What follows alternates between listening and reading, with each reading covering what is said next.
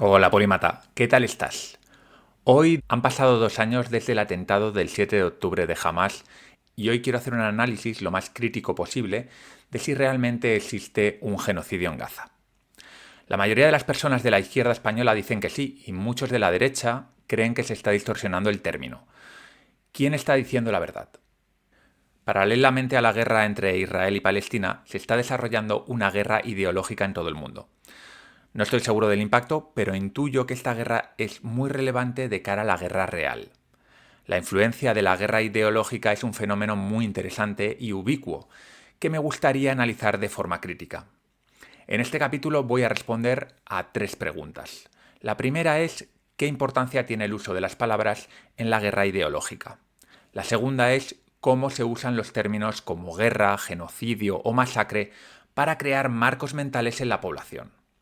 Y por último, la pregunta definitiva es si existe realmente un genocidio en Gaza o si se está deformando el término para influir en la población occidental y que se implique más en la guerra. Vamos con ello. Esto es Polímatas. Conocimiento, razón y aprendizaje.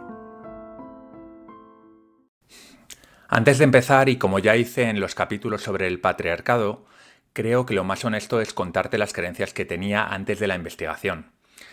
Antes de profundizar en la cuestión, pensaba que genocidio era un término demasiado grueso para etiquetar lo que está ocurriendo en Gaza y que su uso respondía más a un interés por parte de ONGs y activistas por llamar la atención para que la comunidad internacional tome medidas urgentes contra Israel.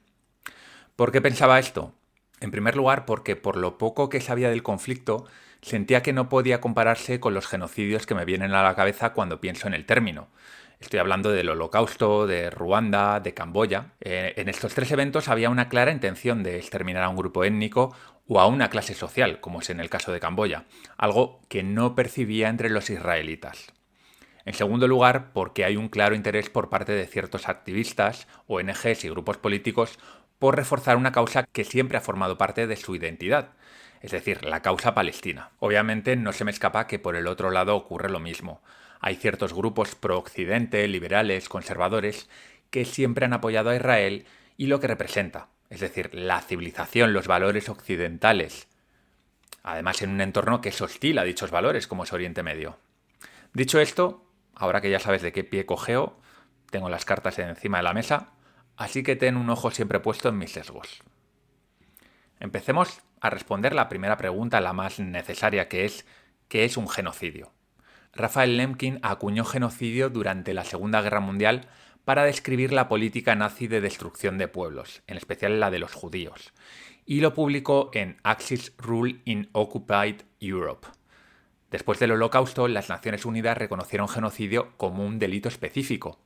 La ONU dice específicamente que para que un acto sea reconocido como genocidio, debe existir la intención de destruir, total o parcialmente, a un grupo, bien sea nacional, étnico, racial o religioso.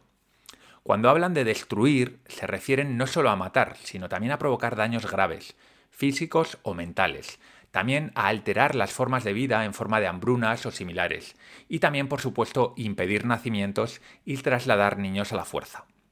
Aquí hay 2 términos clave. El primero, intención de destruir, y el segundo, grupo. Para que haya genocidio no vale con que haya destrucción, dolor, barbarie. Ha de haber también una intención clara de acabar con una etnia, nación o religión. ¿Y qué hay del uso coloquial de la palabra? Porque claro, una cosa es lo que dicen los académicos, la ONU, y otra cosa muy diferente es el uso que damos nosotros en la calle. Todos sabemos que las palabras van cambiando de significado con el tiempo y el uso, y que por mucho que la ONU defina genocidio de un modo muy específico, como acabo de decir, luego los ciudadanos de a pie damos el uso que nos da la gana. Mi impresión es que en la calle habitualmente se utiliza genocidio como sinónimo de matanza o de masacre. Es un término que atribuye a su perpetrador el rasgo del mal absoluto. Cuando mencionamos la palabra genocidio vemos cámaras de gas, personas hacinadas en trenes dirigidos a la muerte, esqueletos andantes en campos de concentración, vemos a Hitler, es decir, vemos el mal. De ahí que el término genocidio sea susceptible de ser utilizado con objetivos políticos. Nadie quiere ser un genocida, igual que nadie quiere ser un fascista. Esto es algo que debería activar nuestro sentido crítico. Es obvio que si nos ceñimos al uso popular del término, en Gaza está ocurriendo una masacre de civiles y por lo tanto un genocidio. Pero vamos a hacer una recopilación de lo que ha ocurrido en Gaza exactamente. ¿Cuáles son los hechos más importantes? Bueno, ya sabes que como respuesta al ataque que tuvo lugar en Israel el 7 de octubre de 2023 por parte del grupo terrorista Hamas, 1.200 civiles fueron asesinados. Desde entonces, Israel ha hecho un ataque tras otro sobre Palestina, en concreto sobre la Franja de Gaza. El día siguiente del atentado, el 9 de octubre de 2023, Israel impuso un bloqueo total a Gaza. 193.000 edificios han sido dañados o destruidos desde entonces por los bombardeos. Se calcula que aproximadamente entre un 70-80% de las estructuras. Las autoridades sanitarias de Gaza reportan más de 67.000 palestinos muertos desde el 7 de octubre, aunque probablemente sean muchas más porque habrá mucha gente bajo los escombros con total seguridad. La ONU acusa a Israel de haber realizado ataques intencionados contra la población civil. Las fuerzas de defensa israelíes se defienden diciendo que objetivos militares se mezclan con la población civil y que están realizando avisos antes de los bombardeos para reducir las muertes de civiles. Es decir, aquí Israel lo que dice es, oye, jamás se está ocultando entre la población civil y además, antes de hacer un bombardeo, estamos avisando. Por otro lado, y esta es una de las cosas que más ha enfadado a la comunidad internacional, es que Israel está haciendo un cerco a Gaza, de manera que está provocando directa o indirectamente una hambruna extrema a una parte importante de la población.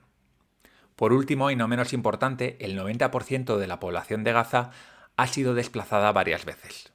Entonces, ¿podemos llamarlo genocidio? Bien, vistos los hechos principales, podemos resumirlo en que Israel está acercando a la población palestina, sometiendo a su gente a un goteo de muertes constante mediante los ataques y la hambruna.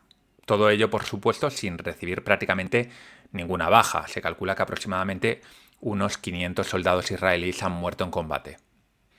Y esto a cualquiera le puede parecer desproporcionado, al menos lo es si nos centramos en el número de bajas y el daño que el ejército israelí está provocando sobre la población civil. Obviamente, el gobierno de Israel defiende que sus ataques son contra los terroristas de Hamas, no contra los civiles. Pero creen que el único modo de evitar otro 7 de octubre es utilizar toda la fuerza posible. En cualquier caso, tanto si están legitimados como si no, el daño sobre la población civil no se puede negar, es un hecho. Volvamos a la definición legal de genocidio. Recuerda que había dos términos clave aquí: intención de destruir y grupo. El gobierno israelí afirma una y otra vez que sus ataques son contra Hamas, un grupo terrorista, no contra los palestinos como pueblo. Según ellos, no hay una intención de eliminar al pueblo palestino, sino de terminar de una vez por todas con los terroristas que amenazan a la población israelí. Y si están muriendo tantos civiles es porque Hamas se está escondiendo entre la población.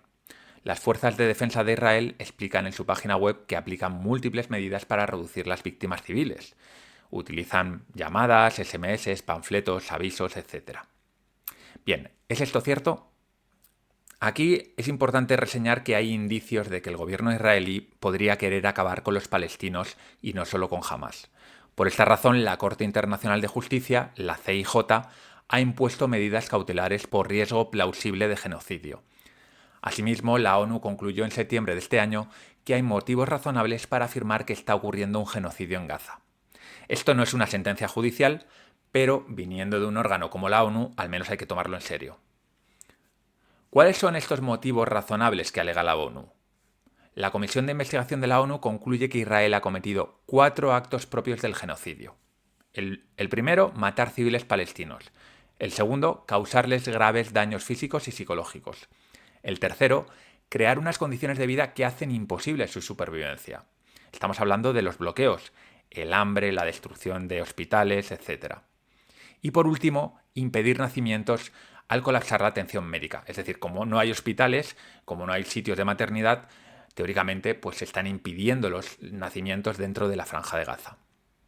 Según la ONU, el patrón es tan sistemático y sostenido que revela una intención de destruir total o parcialmente al pueblo palestino en Gaza. Según la Comisión de la ONU, las declaraciones de líderes y mandos israelíes refuerzan la idea de intención genocida. Citan frases como la del ministro de Defensa Yoav Gallant, que llamó a los gazatíes, aunque Gallant dice que se refería a Hamas, los llamó animales humanos.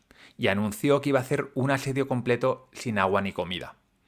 También mencionan la cita del presidente Isaac Herzog, que afirmó que toda la nación de Gaza es responsable, aquí refiriéndose a los atentados del 7 de octubre. Aunque luego hay que decir que este hombre matizó diciendo que sí que había inocentes en Gaza. También hay que mencionar, por supuesto, al primer ministro Netanyahu, que invocó el mandato bíblico de destruir a Amalek, símbolo de la aniquilación total. Y por supuesto a los ministros de extrema derecha del gobierno como Smotrich y Ben-Gvir, que hablaron de emigración masiva de palestinos y de recolonización de Gaza. Aunque Israel se ha defendido alegando que son citas sacadas de contexto, para la Comisión de la ONU este lenguaje deshumanizante y colectivo, unido a políticas que castigan a toda la población, evidencia claramente una incitación y una intención de destruir al grupo, y no solo de derrotar a Hamás. Bueno, ¿cuál es mi punto de vista en todo esto? ¿Cuál es mi opinión? Pues bien, a pesar de las acusaciones de la ONU y las medidas cautelares de la Corte Internacional de Justicia, hay un par de cuestiones que todavía me generan dudas a la hora de decidir si lo llamo genocidio o no. Me explico.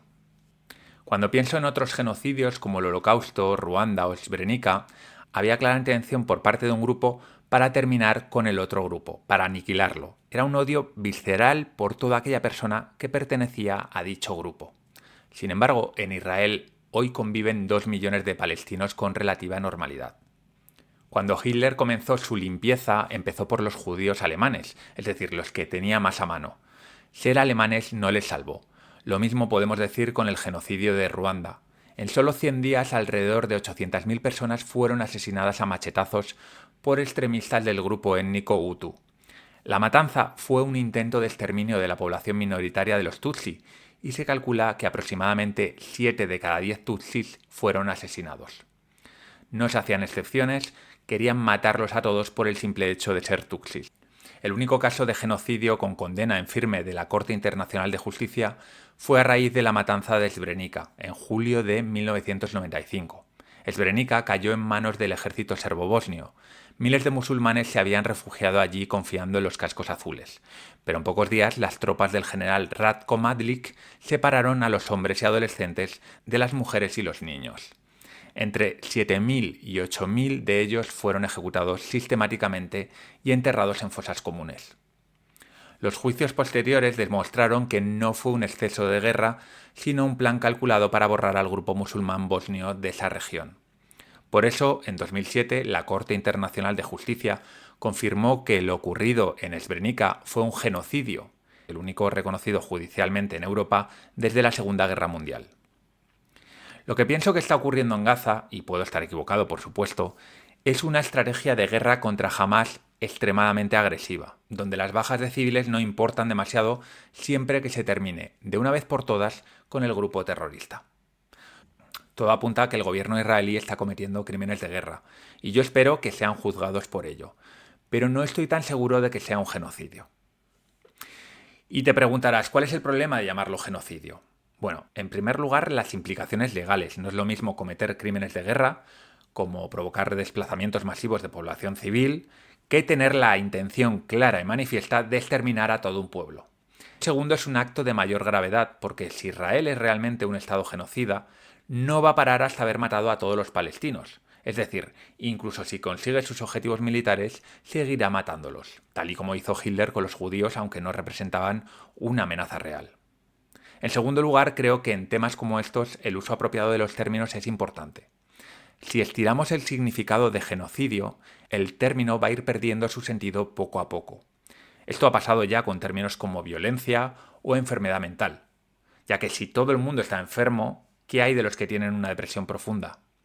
Y si el silencio es violencia, ¿qué pasa con una persona que ha recibido una paliza? Siempre es tentador, cuando vemos una injusticia, usar palabras gruesas que llamen la atención de la gente. Y pueden conseguirlo a corto plazo, es decir, pueden tener éxito. Pero con el tiempo los términos que se estiran van perdiendo fuerza y se banalizan.